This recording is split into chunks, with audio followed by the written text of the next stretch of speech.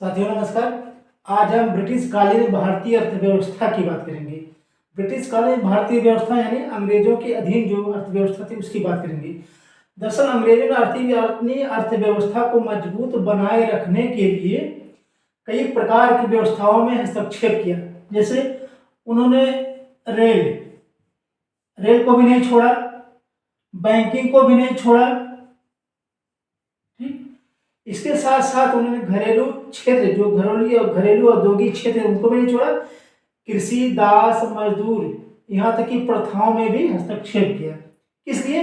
अपनी अर्थव्यवस्था को मजबूत बनाए रखने के लिए। तो आज हम किसी भी और क्षेत्र की बात ना करके प्रथाओं की बात करेंगे। प्रथा के माध्यम से उन्होंने अपनी अर्थव्यवस्था को कैसे मजबूत किया। प्रथाएं प्रथा का तात्पर्य है कि समाज के सबसे निचले तबके जो होते हैं वहां पर प्रथाएं काफी अधिक मजबूत होती हैं। ठीक है, प्रथाओं की व्यवस्था चलती है। जैसे इसमें कृषि, दास और मजदूर आते हैं। तो कृषि, दास और मजदूर से संबंधित जो प्रथाएं थी उनमें हस्तक्षेप करके उन्होंने अपनी अर्थव्यवस्था को मजबूत बनाया।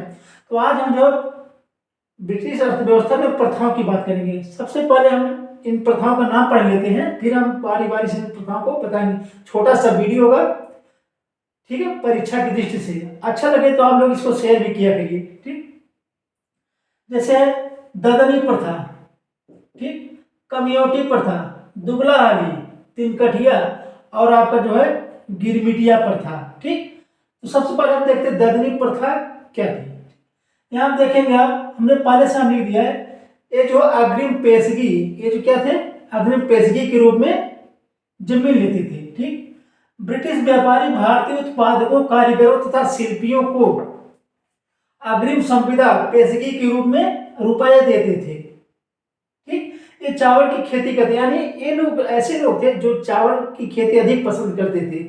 उन्होंने क्या किया, चावल की खेती से लोगों का ध्यान हटा करके अपने यूरोपीय जरूरतों के हिसाब से खेती करवाना प्रारंभ किया। ये लोग कहते कि था ददनी प्रथा होता क्या था, अंग्रेज जो है निःशुल्क या कम दाम पर, निःशुल्क या कम दाम पर जमीन देते थे इन लोगों को। ठीक, इन लोगों को जमीन देते थे तो ये लोग करते क्या थे, उस पर यूरोपीय जरूरतों के हिसाब से खेती करते थे।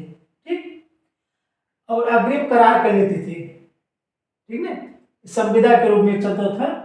17वीं 18वीं शताब्दी में प्रथा थी ददनी प्रथा। इस प्रथा ने किया क्या, क्या परिणाम हुआ इसका? इस प्रथा का परिणाम यही हुआ कि जो लोग उनके लाभ और घाटा और फायदा से ज्यादा मतलब नहीं रह गया। वो क्या करते थे, अंग्रेज जो है अपनी जरूरतों के हिसाब से खेती करवाते थे इसमें। ठीक, जबकि इनकी मूलभूत जो व्यवस्था थी चावल की खेती थी, वो बिगड़ गई व्यवस्था से। दूसरी प्रथा जो है कमियोटी प्रथा, ये जो कहा थे बिहार और उड़ीसा में प्रचलित थी। ठीक, वहां पे कमिया नाम की जनजाति पाई जाती थी। किस नाम की? कमिया नाम की एक जनजाति पाई जाती थी। ये लोग क्या करते थे, कृषि दास के रूप में काम करते थे। किसके यहाँ? मालिकों के यहाँ।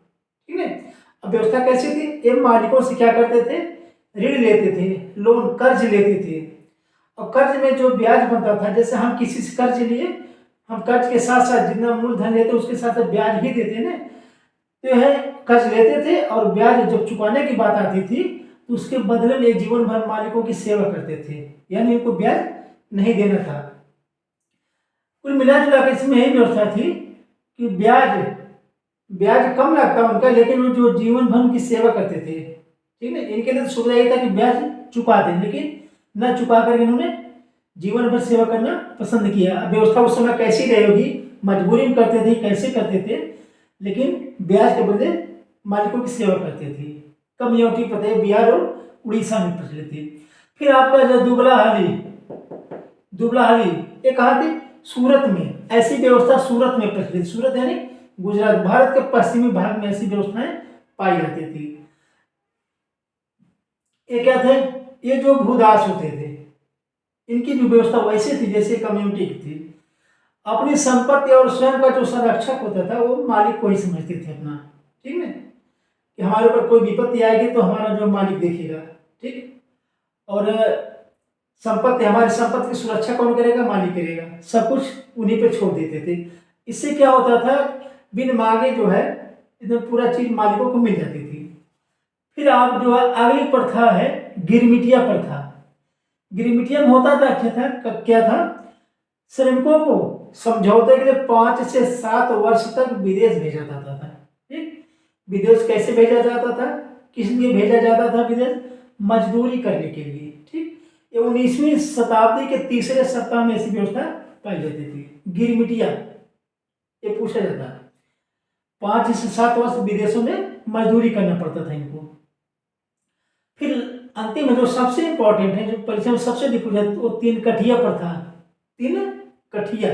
ठीक, चंपारण बिहार से ये प्रथा शुरू हुई। इसमें क्या था, जो अंग्रेजी बागान मालिक होते थे, ठीक है, भूस्वामी जो होते थे, बागान के स्वामी जो होते थे, अनुबंध पर अपनी भूमि के 3/20 भाग पर नील की खेती करवाना अनिवार्य होता था।